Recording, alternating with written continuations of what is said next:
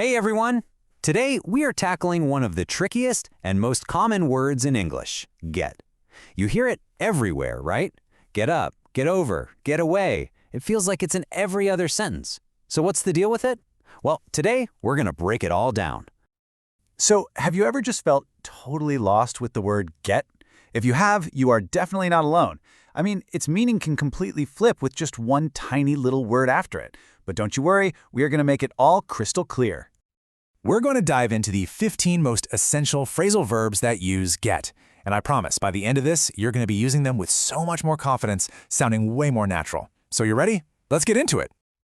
All right, first up, let's look at how we use get for movement and travel. And honestly, these are ones you'll probably use every single day, from the second you wake up until you come home at night. So let's start right where the day begins, with get up. It's super simple. It just means to rise from your bed. Your alarm goes off, you open your eyes, and you get up. Boom! The day has officially started. Easy enough?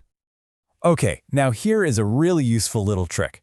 For big public transport, the kind where you can stand up and walk around, like a bus, a train, or a plane, we say get on. But for smaller, private vehicles like a car or a taxi, we say get in. It's a small detail, but trust me, it makes a huge difference in sounding natural. And guess what?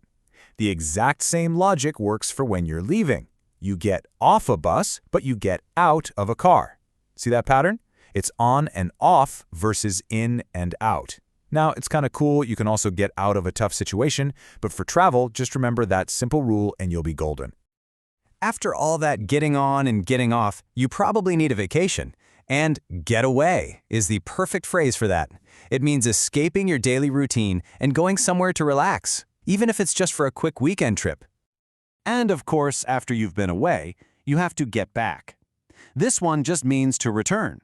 You can get back home from work, get back from a holiday, or get back from the supermarket. It's all about that moment of arrival.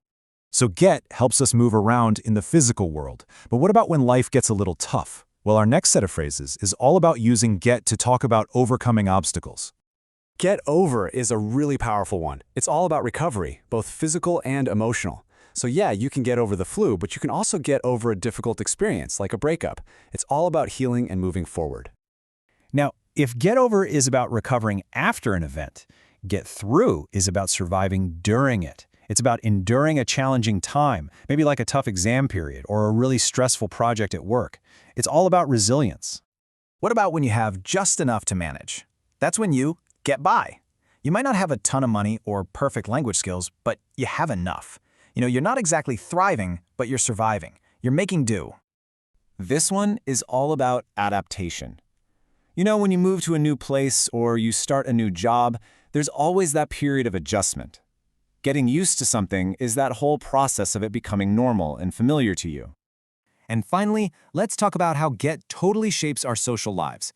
It is so fundamental to how we talk about our relationships and our interactions with other people.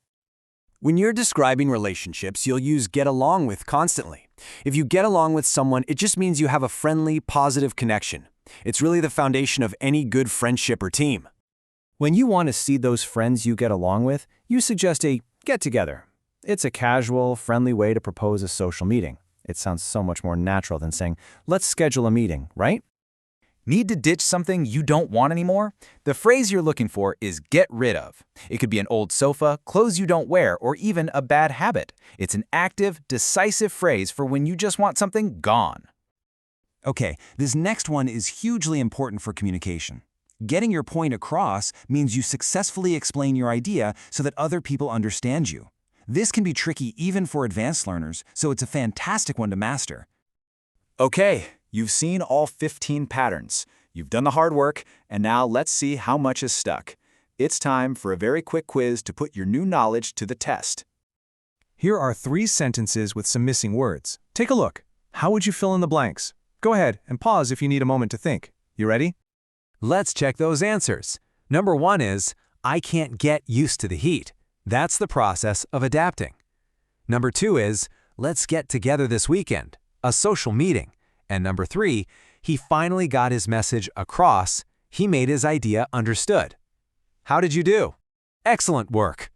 Wow, we've covered a lot of ground today. And the best way to make sure all this actually sticks is to, well, actually use it. So I have a final simple challenge for you. Here it is. Your mission, should you choose to accept it, is to use at least 3 of these new get phrasal verbs in your real-life conversations over the next week. Just 3. That's all it takes to start building a new habit.